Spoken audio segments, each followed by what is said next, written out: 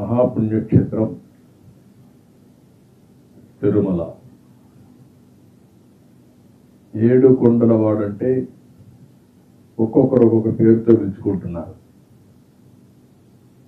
ఉత్తర భారతదేశానికి పోతే బాలాజీ అని, తమిళనాడు పోతే పెరుమాళ్ళని అనేక రకాలుగా పిలుచుకుంటూ భక్తులందరికీ ఒక నమ్మకం, ఇష్టమైన దేవుడు, కలియుగ దేవుడు. అదే సమయంలో తిరుమలకు వచ్చి పవిత్ర దర్శనం చేసుకోవాలి, కలియుగ దేవుని యొక్క బ్లెస్సింగ్లు తీసుకుంటే ఏదైనా సమస్యలుంటే పరిష్కారం అవుతాయనేది ఒక నమ్మకం, ఒక అనుబంధం. అందుకే అలాంటి పవిత్రమైన స్థలాన్ని ఒక విధంగా చెప్పాలంటే ఇప్పటి వరకు వచ్చిన పాలకులు కొంతమంది సమర్థవంతంగా పనిచేయలేకపోయినా నష్టం జరిగే విధంగా ఎవరూ ప్రవర్తించలేదు. పవిత్రత దెబ్బతీసే విధంగా ఎవరు ప్రయత్నించలేదు. ఎన్టీ రామారావు గారు వచ్చినప్పుడు కాంప్లెక్స్, వైకుంఠ కాంప్లెక్స్ 1 కట్టారు. నేను వస్తానే వైకుంఠ 2 కాంప్లెక్స్ కట్టాం. నాకు వెంకటేశ్వర స్వామికి నాకు ఒక ప్రత్యేకమైన అనుబంధం. మా ఊరు నుంచి మా ఇంటి పైన బిల్డింగ్ పైన ఎక్కి చూస్తే మంగాపురం సైడ్ ఉండే నామాలు కనపడొస్తాయి. అది ఎప్పుడు కూడా చిన్నప్పుడు కూడా బ్రహ్మోత్సవ సందర్భాల్లో ఒక్క పొద్దుండి అదే మరి దేవుని దగ్గర పోయి దర్శనం చేసుకుంటే ఆనవాయితీ. మంగాపురం ద్వారా నడిచిపోయేవాడం, మళ్ళీ ఆ మెట్లు తిరిగి తిరుపతికి వచ్చి మళ్ళీ తిరిగి వచ్చేవాడం.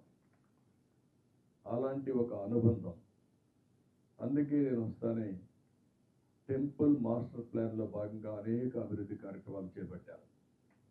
మాడ వీధుల అభివృద్ధి కూడా నేను ముఖ్యమంత్రిగా ఉన్నప్పుడే చేశాం. ఎన్టీ రామారావు గారు ఉన్నప్పుడు అన్నదానం పెడితే నేను దానికి అదనంగా ప్రాణదానాన్ని కూడా ప్రవేశపెట్టాం. అన్నదానానికి ఇప్పుడు 2000 కోట్లు కార్పస్ కూడా ఉంది. ఎంతమందికైనా సరే భోజనం ఫ్రీగా పెట్టడమే కాకుండా ఒక పద్ధతి ప్రకారం వచ్చే వడ్డీతోనే సరిపోతా ఉంది. మళ్లీ డబ్బులు కార్పస్ పెరుగుతా ఉంది.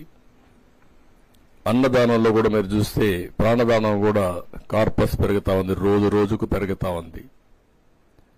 ఈ కార్యక్రమాన్ని 2003లో సిమ్స్లో ప్రారంభించాను. ఆ రోజే నేను కొండపైకి వెళ్ళి బ్రహ్మోత్సవ సందర్భంలో దేవునికి పట్టు వస్త్రాలు సమర్పించే సాంప్రదాయం అప్పుడే నా మీద దాడి జరిగింది.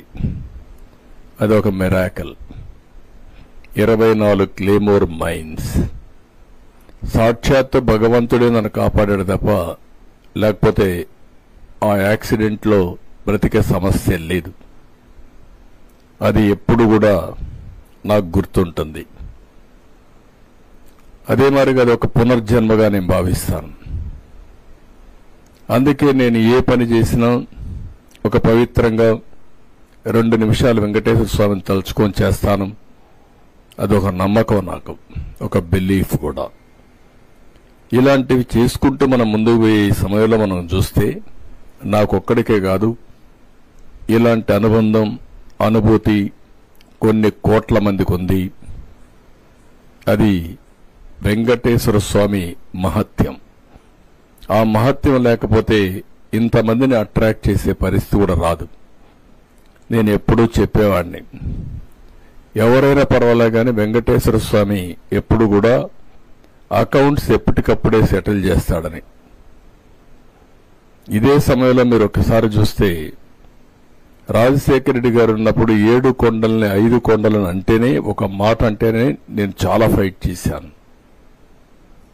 దాన్ని ఫైట్ చేయడమే కాకుండా నేను పాదయాత్రతో 7 కొండలెక్కి మొక్కు తీర్చుకున్నాను. ఎందుకంటే ఒక నమ్మకంతో ఏ పని చేసినా, పోరాటం చేసినా, అవన్నీ చేశాం, ఎన్నో ఆందోళన చేశాం దేవుడి పవిత్రత కాపాడడానికి. మీరందరూ చూసినప్పుడు వెంకటేశ్వర స్వామి అనేది ఒక అద్భుతమే.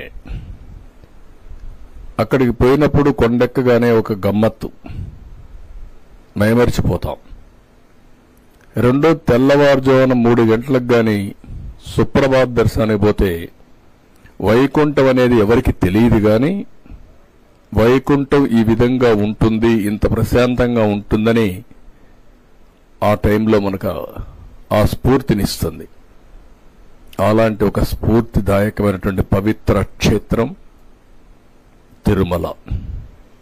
అలాంటి పవిత్రమైన క్షేత్రంలో 5 సంవత్సరాలు అపవిత్రమైన కార్యక్రమాలు,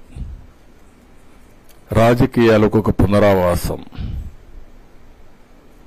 భక్తుల మనోభావాలకి విలువే లేదు. ప్రసాదంలో గాని, నాణ్యతలో గాని ఎక్కడికక్కడ మొత్తం అపవిత్రం చేసే పరిస్థితికి వచ్చారు.